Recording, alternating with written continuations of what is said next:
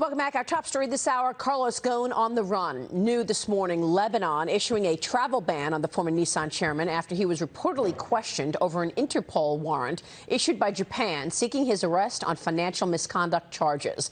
This after Ghosn broke his silence yesterday after his escape. He blasted the Japanese justice system in a news conference yesterday.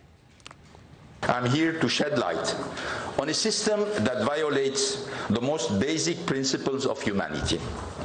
I'm here to clear my name and to pronounce clearly and emphatically something that was interpreted as a heresy in the Japanese judicial system.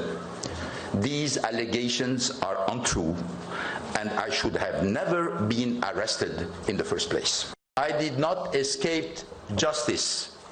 I fled injustice and persecution, political persecution. Nissan executives now accusing Ghosn of betrayal and failure to explain acts after he spoke out publicly for the first time since his stunning escape. Joining me right now is the embattled former Nissan chairman himself, Carlos Ghosn, joining me live from Beirut. Carlos, it's wonderful to see you. Thanks very much for being here. Hello, Maria. Good to be with you. Carlos, you were strong and solid in that news conference yesterday in the court of public opinion. The Wall Street Journal writes this morning, you are winning. Take us back to when you were first arrested. You had no idea what was happening. Walk us through the injustice that you tried to explain yesterday.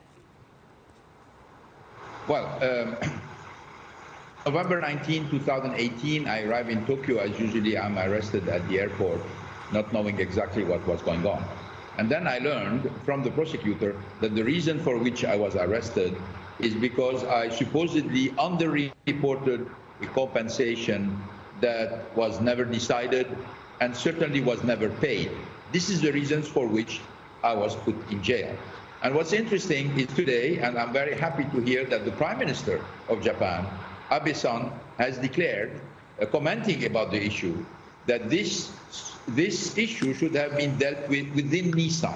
That's what the Prime Minister of Japan is saying 14 months after this ordeal started. So, 19th of November, I'm put in jail for a reason that, frankly, I did not understand. I did not understand at that moment. And then they kept me for 40 days interrogating me without, obviously, the presence of any lawyer. Then, when they finished the interrogation, they came with another charge to avoid me to be bailed out. And the story continued like this for 130 days. I was kept 130 days in prison, interrogated by the prosecutor, and having access to my lawyers only after the interrogation. Then I was bailed out. In the bailout, I was put under very strict conditions, some of them that I could hardly understand. For example, I could not talk to my wife. She could not visit me. They said that, you know, this is due to the fact that she's going to tamper evidence, even though they allowed my children, my sisters, my cousin, member of the family, friends to visit me. But they focused on Carol because they knew the strength of the relationship we had together. So all of this to end up, at a certain moment, I absolutely lost any hope to have a fair trial in Japan. And I didn't have, after 14 months, any date for the initiation of this trial. So I decided to leave Japan, because if I wanted really to look for justice, I had to look for justice in another country, because in Japan it was forbidden to me.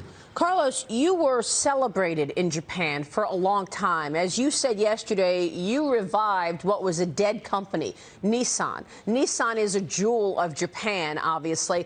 Tell me what you feel that you missed. How did you not know that there was so many people around you who didn't want your plan to take effect? I mean, I know you a long time, Carlos, 20-plus years.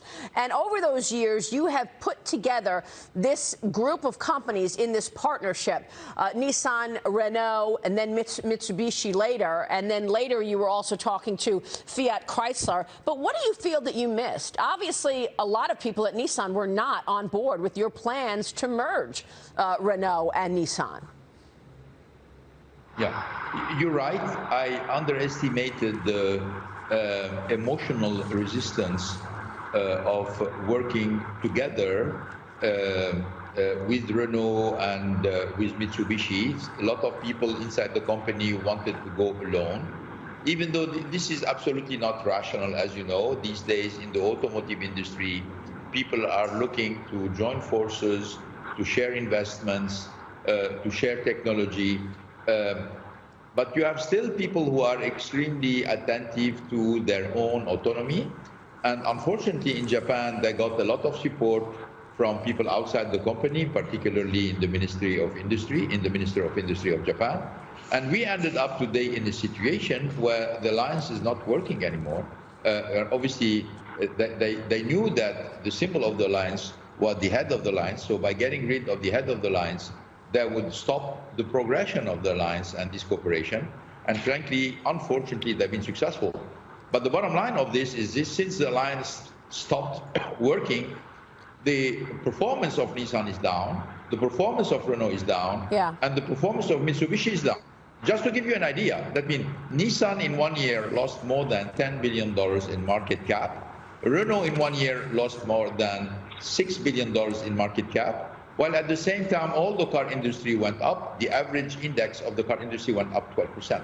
So it's a situation where, you know, for the sake of autonomy, not going with the lines, you are really absolutely declining, accepting the kind of performance of the company. Well, but how is it possible that the Japanese government continues to dig in so much? I mean, they have put an arrest warrant on your wife now, Carlos Ghosn. They have reached out to Interpol to try to get you back into Japan. Were you questioned by Interpol? No, I was not questioned by Interpol. What I want to say is, in fact, the prosecutors in Japan don't like to lose. In fact, I came to the conclusion after many months of observing what was going on that what's important for them is to win. It's not about the truth or what really happened. So they are going in all directions in order to make sure that there is no possibility for me to be acquitted. And, now that I left Japan, they are trying as much as possible to block my freedom of moving or freedom to express myself.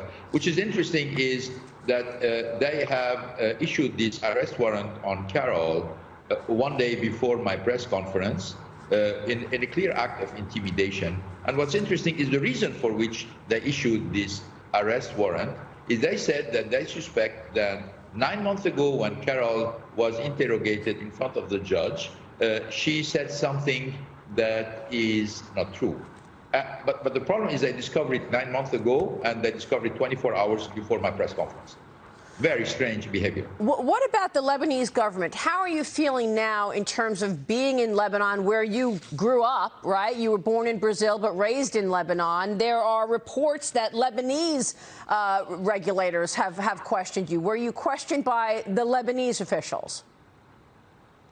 Yeah, this morning I went for 2 interrogations, following and cooperating with the justice in Lebanon. I think Lebanon has been asked by Japan to try to clarify specific issues. So I said I'm ready to cooperate. And I said also that I trust that in Lebanon, first, I will have the freedom of speech. And second, I am ready to cooperate with the authorities in order to, in a certain, clear my name. So yes, today I participated to 2 convocations. And I've seen the chief prosecutor of Lebanon, and I was interrogated, and I participated in this interrogation. And now I'm out and, responding to your question.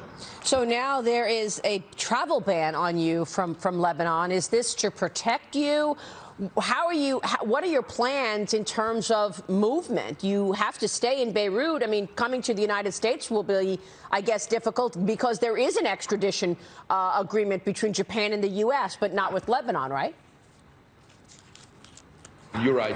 There is no agreement of extradition, neither with Lebanon nor with France or nor with Brazil. That means these 3 countries do not make an extradition of one of their citizens.